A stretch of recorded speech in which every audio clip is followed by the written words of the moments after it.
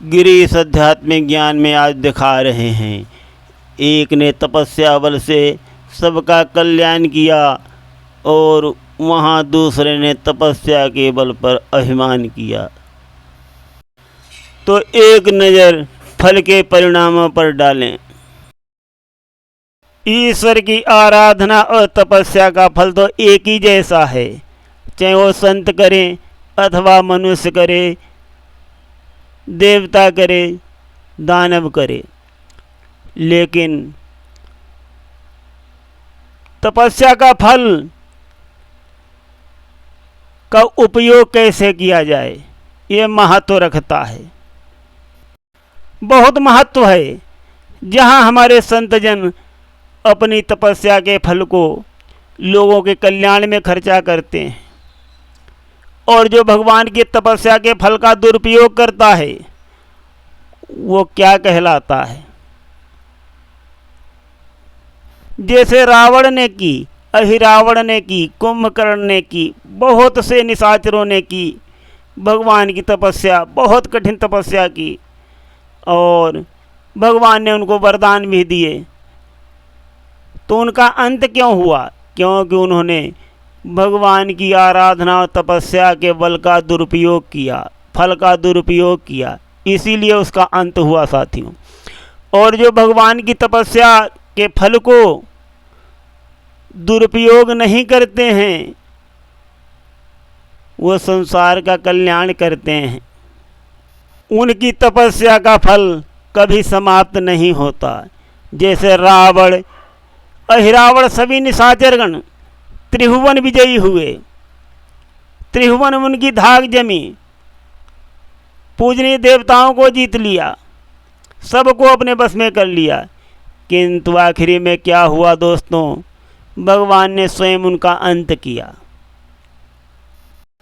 तो आज सावन का प्रथम सोमवार है, भगवान भोलेनाथ का पवित्र दिन है और इस अवसर पर आज हम गिरीश आध्यात्मिक ज्ञान से भगवान की गाथा लिखी गई है तो उसको थोड़ा सुनाते हैं। आप लोगों को अहिरावण वध के रूप में सुनिए।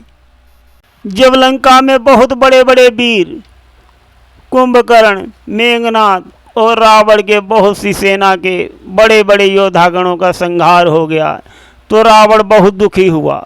उसने अपने भाई अहिरावण को याद किया तो अहिरावण रावण की मदद के लिए आता है। सुनिए अच्छा प्रसंग। रामादल में विजय की गूंज उठी चहुं ओर, वानर मंडल था सभी अति आनंद विभोर। भगवान प्रभु श्री राम चिंतन मुद्रा में विश्राम कर रहे हैं और उनकी नज़र चंद्रमा पर पड़ती है। प्रकट निशा में जिस समय उदित हुए श्री चंद, पूर्व दिशा निहार के बोल उठे सुकंद। शशि में कितनी श्यामलता है, अति शीतलता भी छाई है। कुछ श्यामलता भी दिख रही जो नहीं समझ में आई है। संभव विधि ने संरचना में ऐसा अनुमान लगाया है, सुंदरता के साथ साथ काला धब्बा लगवाया है। संरचना में भेद रहे ये विधि ने कला दिखाई है। श्री राम नाम के दो अक्षर में सब सुख शांति समाई है। सुनकर वाणी नल बोल उठे, ये कौशल है ब्रह्मा जी का। लग जाए कुदृष्टि नहीं शशि को, जो काढ़ा है काला टीका। तब कहा नील ने, हे स्वामी, शशि में भूतल की छाया है, परछाई इसमें दिख रही, ये वही तिलस्मी माया है। सब सुबटों ने तरह तरह अपनी तर्क बताई है। श्री राम नाम के दो अक्षर में सब सुख शांति समाई है। तब जामवंत हंस कर बोले, रहता है पापन छुपा हुआ, शशि दूषित है आचरणों में, यह कलंक ओह लगा हुआ। कपिदल में जितने नायक हैं, सब बारी बारी आते हैं। प्रमुदित शशि को देख देख, गुण अवगुण सब बतलाते हैं। कुछ गुप्त भेद को छोड़ यहाँ आगे कथा बढ़ाई है। श्री राम नाम के 2 अक्षर में सब सुख शांति समाई है। तो साथियों, भगवान प्रभु श्री राम के दल में वानर लोग बहुत खुश हैं और उनके दल में ऐसी चर्चाएं चल रही हैं। आगे क्या होता है सुनिए। मानो लेकर अपनी सेना, नभ में राहु केतु आए।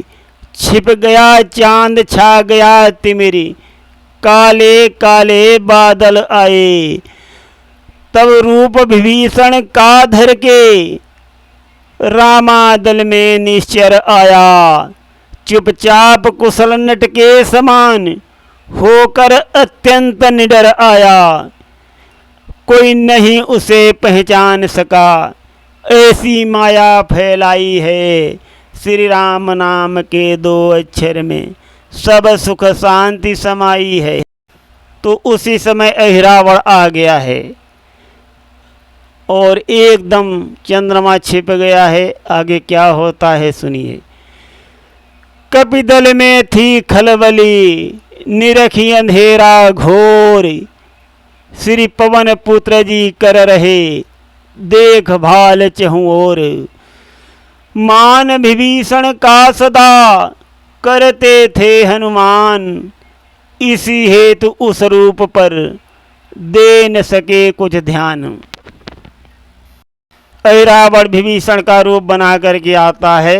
देखिए, ओ कपटी असुर भेषधारी, हो गया सफल अपने छल में। धोखा देकर हनुमत को, पहुँच गया रामादल में। जाते जाते मायावी ने, सबको ऐसा भुला दिया। कर नजर बंद का खेल वहाँ, सोतों को गहरा सुला दिया।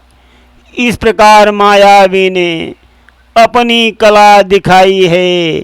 श्री राम नाम के 2 अक्षर में सब सुख शांति समाई है। चापे चापे पाँव चल, चतुर चोर गंभीर। पहुँच गया उस जगह पर, जहाँ सोते रघुवीर। धरती पर वृक्ष लताओं का, अति विमल बिछौना बिछा हुआ। तकिया था रुचिर कुशाओं का, सिरहाने प्रभु के लगा हुआ। जैसे योगी निश्चिंत सदा, जब निद्रा के बस होते हैं।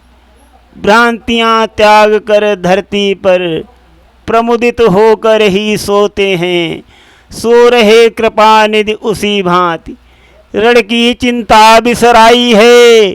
श्री राम नाम के 2 अक्षर में सब सुख शांति समाई है। भगवान प्रभु श्री राम निश्चिंत होकर के सो रहे हैं। सुनिए आगे क्या होता है।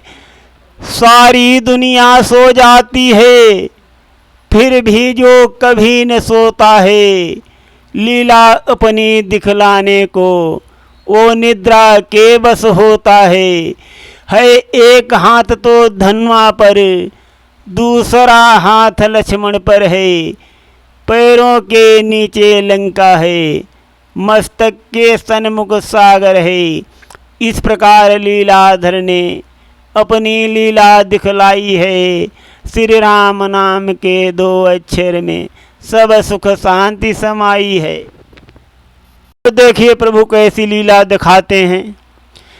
कपिदल को निद्रा गहरी है, योधागण सारे सोते हैं। होनी का खेल निराला है, अवसर ऐसे ही होते हैं। आगे बढ़कर अहिरावण ने जब प्रभु के ऊपर दृष्टि डाली, सब भूल गया चतुराई को। रह गया चित्र बनकर खाली, वो खड़ा खड़ा कुछ कुछ सोच रहा। प्रभु मूर्ति हृदय समाई है, श्री राम नाम के 2 अक्षर में सब सुख शांति समाई है। तो ही रावण भगवान को चुराने आया था, लेकिन उसी का दिल चोरी हो गया, उसकी चेतना चली गई। और जब चेतना जगी है, सुनिए, चेतना जगी तब ध्यान किया, रावण का काम बनाना है, लक्ष्मण समेत रघुराई को चुपके हर कर ले जाना है। रावण ने सीता हरण किया, लंका का नाश कराने को, अहिरावण लेकर चला इन्हें, रावण का वंश मिटाने को। होनी होकर ही रहती है, जो विधि ने कलम चलाई है, श्री राम नाम के 2 अक्षर में सब सुख शांति समाई है। तो दोस्तों देखिए, ये भी तपस्या किया था। जब तपस्या के फल का दुरुपयोग किया तो क्या हाल होगा, आगे सुनिए। मायावी का हो गया सार्थक माया जाल, मायापति को असुर ने पहुंचाया पाताल। कपिदल से ज्यों ही हुई उसकी माया दूर, लगा दिखने सब जगह उजियाला भरपूर। जाकर देखा कपिवीरों ने तब प्रथम नहीं विश्वास हुआ, जब आसन को खाली देखा अनहोनी का आभास हुआ। अनुज सहित रघुराई का जब दल में पता न पाया है, चहुं ओर छा गया सन्नाटा, बानर मंडल घबराया है।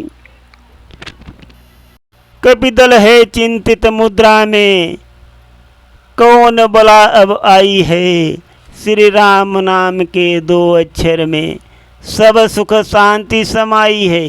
जब भगवान प्रभु श्री राम को नहीं देखा भालू कपियों ने, तो बहुत चिंतित हुए, बहुत घबराए, सोचने लगे अब कौन सी आफत आ गई है, जो भगवान प्रभु श्री राम अनुज समेत दल में नहीं हैं।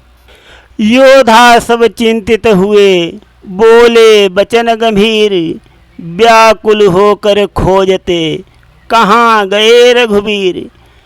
इस घटना पर हो दुखी, करने लगे विचार, जो हैं प्रभु के परम प्रिय, पायक पवन कुमार। फिर सोचा ये है विकट बात, ना जाने इसका छोर कहाँ। ये बहते हुए बता सागर, प्रभु गए अपने किस ओर कहाँ। जिसने सीता का हरण किया, क्या वही प्रभु का हरता है। अपराधी अब तक जीवित है, क्यों उसका कुटुंब ही मरता है। इस प्रकार अपवन तने के दिल में गुस्सा छाई है, श्री राम नाम के 2 अक्षर में सब सुख शांति समाई है। पवन पुत्र जी बहुत गुस्सा हैं, बहुत क्रोधित हैं, कह रहे हैं जिसने माता सीता का हरण किया वो अभी भी जीवित है और उसका परिवार ही मर रहा है।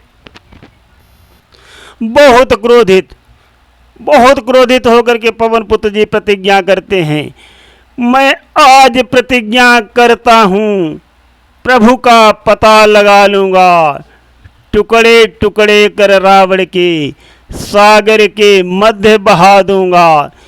अब हो जा पापी सावधान, अब तक तो खेल खिलाया है, तुझको जीवित ही छोड़ा था, लंका को धूल मिलाया है।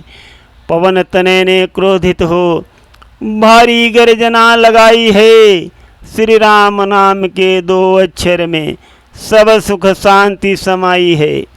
तो ऐसे पवन पुत्र जी प्रतिज्ञा करते हैं कि सुन ले रावण, अब तुझको मैं मिट्टी में मिला दूंगा, सागर के बीच में बहा दूंगा।